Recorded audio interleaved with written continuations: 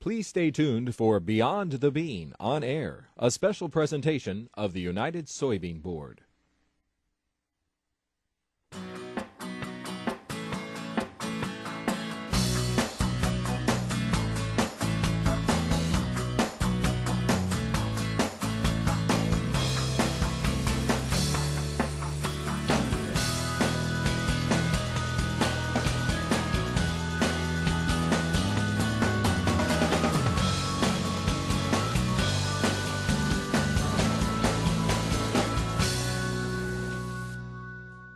Welcome to another edition of Beyond the Bean on Air. I'm Al Pell.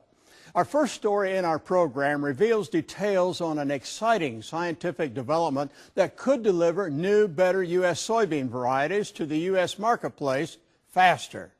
We all know the most reliable way to get where you want to go requires a map. And now a new and different kind of map of the soybean plant developed with the help of Soybean Checkoff can provide U.S. soybean farmers access to better U.S. soybean varieties. Over the next few minutes, Brad Bulla takes a closer look at the soybean genome. Just as human DNA gives each person unique traits, a unique genetic code makes up each soybean plant. That code determines everything about that plant, such as how fast it will grow, how hardy it will be, and how that soybean will yield. Now, with the help of the United Soybean Board and Soybean Checkoff production research funding, the U.S. Department of Energy's Joint Genome Institute has sequenced the soybean's genetic code. One of the analogies that you can use about the genome sequence is it really gives you the parts list. And so before we had the full genome sequence, we knew there was about 36,000 or so genes in the soybean genome. So those, you can think of those as 36,000 parts that make up the soybean plant. Now that we've sequenced the soybean genome, we know that there's over 65,000 parts. So clearly we only had about half the parts previously. So now we have the whole parts list. I'm really excited about that. It really is a great feat that's been accomplished, and soybean farmers are definitely going to benefit from the mapping of the soybean genome. The genome, basically that was all put forth through the checkoff work and having that map, and we're basically the only commodity to have that, which is tremendous. And then the work with Dr. Cregan from Beltsville and having them map and putting all the 50,000 markers on the 19,000 lines in the soybean genome library is tremendous, and that'll just put us, I think, in a better step to really put some top varieties out in the future. By analyzing genetic markers on thousands of soybean germplasm lines, researchers have paved the way towards the development of improved soybean varieties that can fight pest, disease, and weather-related stresses. And farmers can look forward to having better soybean varieties become available faster than ever before. Mapping of the genome is key to the speed at which we can increase yields of soybeans, and not only increasing yields, but increase their disease resistance, insect resistance, drought resistance. All those help increase yield. Typically for breeding, it takes 10 to 15 years to get a variety out to the farmer. Where we're hoping if a soybean breeder can go into this genome library and pick and choose what they want just from by what the soybeans have, then they can breed them faster and hopefully to get the new varieties to farmers out within 5 years. Because checkoff funding helps sequence the soybean genome, the information is public, meaning all plant breeders can freely use the valuable information that can result in higher U.S. soybean yields. That's critical because demand for U.S. soy harvested each fall continues to grow. With that increased demand, of course, then we need to increase yields.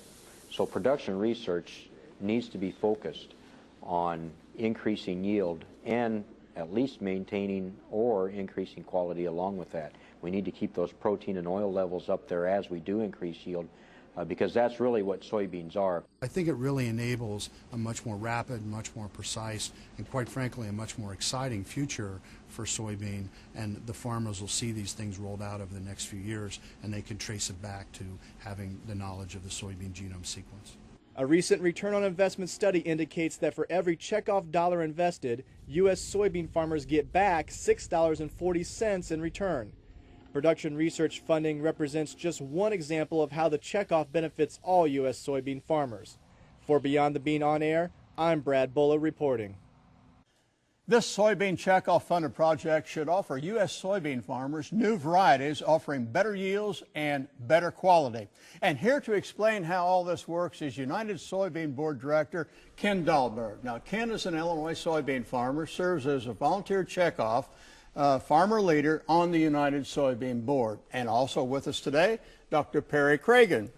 Now, Dr. Cragen is with the U.S. Department of Agriculture's Agriculture Research Service. And let's start with you. I have a real good question. I know you worked on the soybean genome. So what do we mean by a genome sequence, Dr. Cragen? Yeah, the genome sequence is actually the chemical spelling of all of the genes. And in the case of soybean, there's about 1.1 billion of these letters, if you will, that spell all the various parts of that genome, which include the genes and the controlling elements for those genes, and then spaces in between those controlling elements.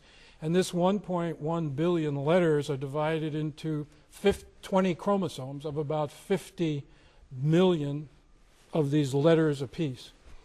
And that's basically what we're talking about, is what is the composition of each of those 20 sets of soybean chromosomes. Well, it seems fairly complicated then to be able to do this, but you've been able to work out, and I'm going to use a term that all of us at Drive use, and that you have a kind of a map of what does what?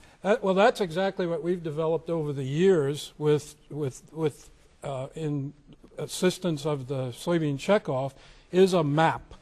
And it contains, originally we had 500 road posts or road markers along these 20 chromosomes. That was about by the year 1999. By 2003, we were up to about 1,000. More recently, up to about 5,000 of these markers. And now with this genome sequence, we can put markers in close proximity to many genes, which will allow us much more easily to make improvements in the soybean product that we're producing.